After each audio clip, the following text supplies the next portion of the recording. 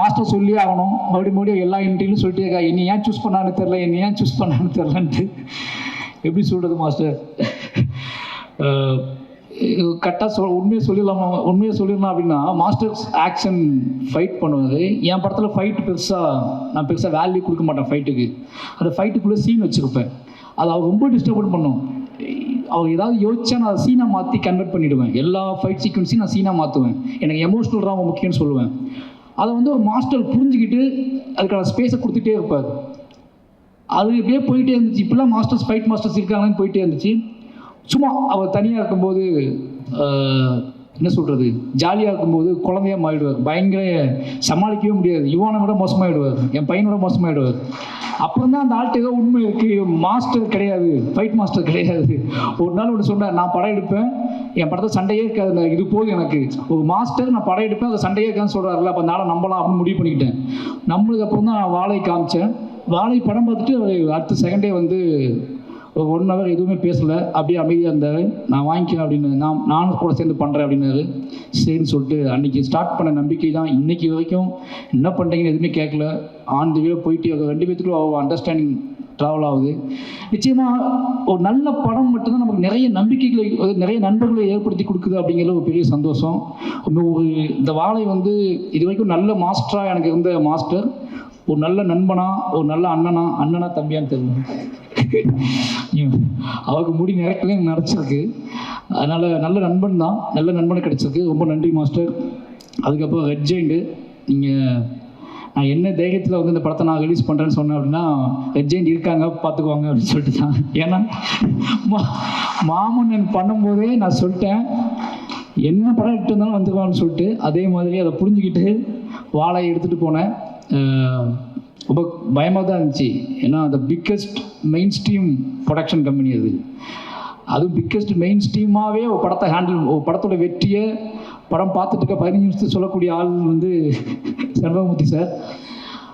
அவர் படம் பார்த்துட்டு வெளியே படம் ஃபுல்லாக பார்த்துட்டாரு. அதான் பெரிய விஷயம். படம் ஃபுல்லாக பார்த்து அப்போ பெருசாக ஃபைனல் சவுண்டு கிவுண்டில் எதுவுமே இல்லை. அப்படி பார்த்து முடிச்சுட்டு, சார் நல்ல படம் சார், உங்களுக்கு நல்ல பேர் கிடைக்கும் சார், எப்படி கலெக்ட் பண்ணணும்னு எனக்கு தெரில அப்படின்னாரு. அது எனக்கு போதும், எனக்கு நல்ல பேர் கிடைக்கும்னு சொன்னார்ல, அது எனக்கு போதும்னு தோணுச்சு. அதுக்கப்புறம் கொஞ்ச நாள் கழித்து சொன்னார், சார் நீங்களே ரிலீஸ் பண்ணிவிடுங்க சார், பயப்படாதீங்க, நீங்களே பண்ணிவிடுங்க, உங்கள் ப்ரொடக்ஷன்லேயே பண்ணிவிடுங்க, நான் டிஸ்ட்ரிபியூட் பண்ணி தந்துடுறேன். என்ன ஏதாவது ஒரு படம் ஓடனா கூட பயப்படாதீங்க, ஒரு நல்ல பேர், உங்களுக்கு சம்பளம் கம்மின்னு நினச்சிக்கோங்க, ஆனால் நீங்கள் தான் பண்ணணும், உங்கள் பேரில் பண்ணணும்னு சொன்னார். ரொம்ப நன்றி சார். நீங்கள் உங்களுக்கு பேர் கிடைக்கும் நீங்கள் பண்ணுங்கன்னு சொன்னது இருக்குல்ல, ஒரு படம் ஒருவேளை மெயின் ஸ்ட்ரீமாக கலெக்ட் பண்ணலாம் அப்படின்னா விடுங்க, உங்கள் அடுத்த படத்தில் பார்த்துக்கலான்னு முடிவு பண்ணி பண்ணுங்கன்னு சொன்னார். ரொம்ப நன்றி சார் அந்த நம்பிக்கைக்கு. அதுலேருந்து தான் நம்மளே பண்ணலான்னு சொல்லிட்டு இறங்கணும். இந்த 3 பேரும் தான் முக்கியமான காரணம். இந்த 3 பேருமே முழுமையாக நம்பினாங்க. அதுலேருந்து அன்றைய நாள்லேருந்து இப்போ வரைக்கும் அவங்க தேட்டர் எனக்கு கொடுத்ததும் சரி, ஒவ்வொரு நாளும் எனக்கு ஃபோன் பண்ணி பேசினதும் சரி, இப்போது இந்த ஃபங்க்ஷன் வரைக்குமே என் கூட நிற்கிற ரெட் ஜெயிண்டில் அர்ஜுனுக்கும் மூர்த்தி சாருக்கும் ராஜா மொத்த டீமுக்குமே ரொம்ப நன்றி. அதுக்கப்புறம் என்னுடைய மொத்த டீம், என்னோடய எடிட்டர், கேமராமேன், ஆர்ட் டைரக்டர், இவங்கெல்லாம் தொடர்ந்து என் கூடவே இருக்குது அப்படின்னால அவங்க பற்றி எதுவும் பேசணும் அவசியம் இல்லை. ஏன்னா என்னோடய ப்ராடக்ட், என்னோடய படத்தோட வெற்றியும் என் படத்தோட முழுமையும் தான் அவங்களோட பேர் சொல்லும். நான் ஒரு படத்துக்கு ஒருத்தரை பற்றி சொல்கிறத விட அந்த படத்துக்குள்ள நான் எவ்வளோ முழுமைக்காக நான் ஆசைப்பட்றேன், அதை எப்படி முழுமையான படமாக ஆடியன்ஸுக்கு கொடுக்க நான் வெறி பிடிச்சி அலையிறேன் அப்படிங்கிற வச்சு என் கூட சேர்ந்து ட்ராவல் பண்ணுறேன். என்னோடய டீமுக்கு, என்னோடய உதவி இயக்குநர்கள், என்னோடய டெக்னீஷியன் டீம் எல்லாத்துக்குமே நன்றி. ரொம்ப முக்கியமாக என்னோடய நடிகர்கள் சொல்லணும். இந்த படத்தில் என் டீமோட என் நடிகர்கள் ரொம்ப முக்கியம். இந்த படத்தில் அத்தனை உழைப்பை போட்டிருக்காங்க. எல்லாத்துக்குமே எப்படி என்று சொன்னே தெரில. கலையரசனாக இருக்கட்டும், திவ்யாவாகட்டும், இப்போ பசங்க இருக்காங்கன்னா இவங்க 2 பேரும் நான் என்ன வேணாலும் பண்ணேன்னு முடிவு பண்ணி தான் நான் சூஸ் பண்ணேன். ஓகேவா? படம் முடியும் போது நான் என்னவா இருக்கணும், எப்படினாலும் இவங்களை வச்சு இந்த படத்தை எடுத்துடலாம் அப்படின்னு எனக்கு தெரியும். அதனால் சூஸ் பண்ணேன். இவங்க என்ன பண்ண வைக்க முடியும்னு எனக்கு தெரியும். ஆனால் கலையரசன், திவ்யா, ஜானகி அம்மா இவங்கெல்லாம் பத்மனு இவங்க எல்லாத்தையுமே எனக்கு எப்படி ஒத்துக்கிட்டாங்க, ஒரு சினிமா ஆர்வத்தில் ஒத்துக்கிட்டாங்க. அதுக்கப்புறம் ஃபுல்லாக தாங்குவாங்களா தாங்க மாட்டாங்களா ஒரு பயம் இருந்துச்சு. பட் அவங்களுக்கும் ஜெயிக்கணும், ஒரு நல்ல படத்தில் இருக்கணும், நம்ம அடையாளமாக மாறணும், சினிமாவில் நம்ம பேர் பதியப்படணும் அப்படிங்கிறது அவங்களுக்குள்ள இந்த தாகம் தான். கலையரசனாகட்டும், திவ்யாவாகட்டும், ஒரு சினிமாவை தாண்டி ஷூட் பண்ணும்போது படம் ரிலீஸ் ஆக வைக்க அது சினிமானே தெரியாது. சினிமாவில் இப்போ எந்த ஒரு சினிமாவில் வந்து இப்படி சகதிக்குள்ளேயும் மண்ணுக்குள்ளேயும் சேருக்குள்ளேயும் போட்டு ஒரிஜினல் சுமையை தூக்கி வச்சு நடக்க வைப்பாங்க ஆர்டிஸ்ட்டுகளை. நிறைய அவங்கள துன்புறுத்தியிருக்கேன். நிறைய வந்து என்னோடய ஆர்டிஸ்ட்டுகளுக்கு எப்போ என்ன நடக்கும்னா, எனக்கு அவங்க சொல்லி புரிய வைக்க முடியாது எல்லா நேரத்துலையும். ஒரு படத்தோட வெற்றியில் நம்ம புரிய வச்சுக்கலாம்னு நினைப்பேன். ஒரு படத்தோட மக்களோட ஆதரவில், மக்கள் கொண்டாடுற விதத்தில் என்னோட நடிகர்களுக்கு என்னோட வேதனையோ என்னோட ஆசையோ எதையோ ஒன்று கடத்திடலாம்னு நினைப்பேன். அது என்னோட எல்லா படத்துலையும் நடந்திருக்கு. என்னோட எல்லா படத்துலையுமே நடிகர்களோட எனக்கு முகம் வந்திருக்கு. ஆனால் என்னோடய படத்தோட வெற்றியும் அதோட மக்கள் கொடுக்குற கொண்டாட்டமும் தான் அதை மாற்றிருக்கு. அது பெரிய பெருமாள்லேருந்து இந்த படத்துக்கு நடந்திருக்கு. அப்புறம் நிக்கிலா விமலும் அப்படி தான்.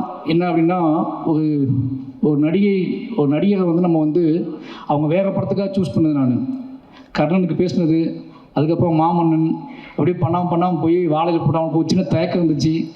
ஏதோ சின்னதாக ஓட்டிட்டு ஏதோ படம் பண்ணுறா, நம்மளை போட்டு விட்டாங்க போல் அப்படின்னு சொல்லி டவுட் இருந்துச்சு. எனக்கு அதை சொல்லி புரிய வைக்க முடியல. இது சின்ன படம் இல்லை, இதுதான் என் வாழ்க்கையை நான் எடுக்கணும்னு வச்ச பெரிய படம்னு சொல்லி எனக்கு அவங்ககிட்ட சொல்லிட்டேன். ஒரு நாள் அவங்க நம்பி பண்ணாங்க. நிறைய என்ன சொல்கிறது, இந்த கதையை உள்வாங்கிக்கிட்டு ஓகே இது ஏதோ நடக்க போகுது இந்த படத்தின் மூலமாக நினச்சி நம்பி நிறைய பேர் கேட்டாங்க. இந்த இடத்துல சொல்லணும்னு நினைக்கிறேன், ஏன் இந்த கிளைமாக்ஸில் டீச்சர் வந்துக்கலாமே கேட்டாங்க. மொத்த மீடியாவுமே என்கிட்ட கேட்டுச்சு.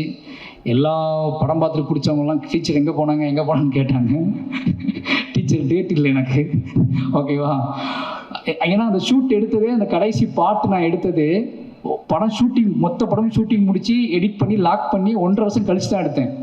1 வருஷம் கழிச்சு தான் அந்த ஷூட்டிங் எடுத்தேன். 2 நாள் ஷூட்டிங்கு ஏதோ முழுமை அடையாமல் இருக்குது. இந்த மொத்த படத்தையும் பார்த்துட்டு வெளியே போகாமல் என்ன கொண்டு போவான், அவனை நான் எப்படி அவனுக்குள்ள ஒரு இசையின் வழியாக அவனை செட்டில் பண்ணி அவனுக்குள்ள எமோஷனில் கடத்தி வீட்டுக்கு போகும்போது அவன் வந்து இது பாடலாக எடுத்துகிட்டு போகணும், வெறுமனே அழுகை எடுத்துகிட்டு போயிடக்கூடாது.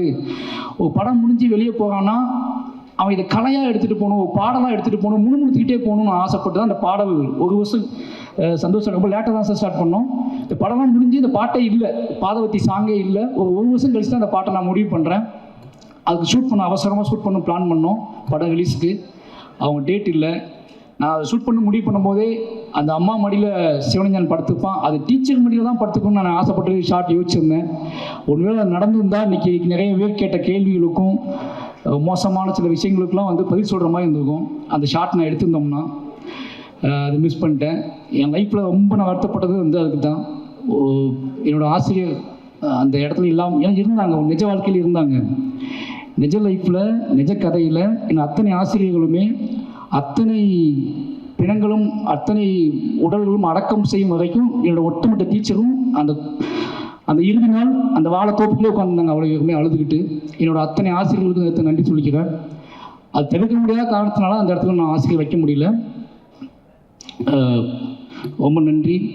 பாதகம் செய்பவரை கண்டால் நாம் பயங்கொள்ளலாகாது பாப்பா, மோதி மிதித்து விடு பாப்பா, அவர் முகத்தில் உமிழ்ந்து விடு பாப்பா. அண்மை செய்திகளை உடனுக்குடன் தெரிந்து கொள்ள இணைந்திருங்கள் இயம்நாடு தொலைக்காட்சியுடன்.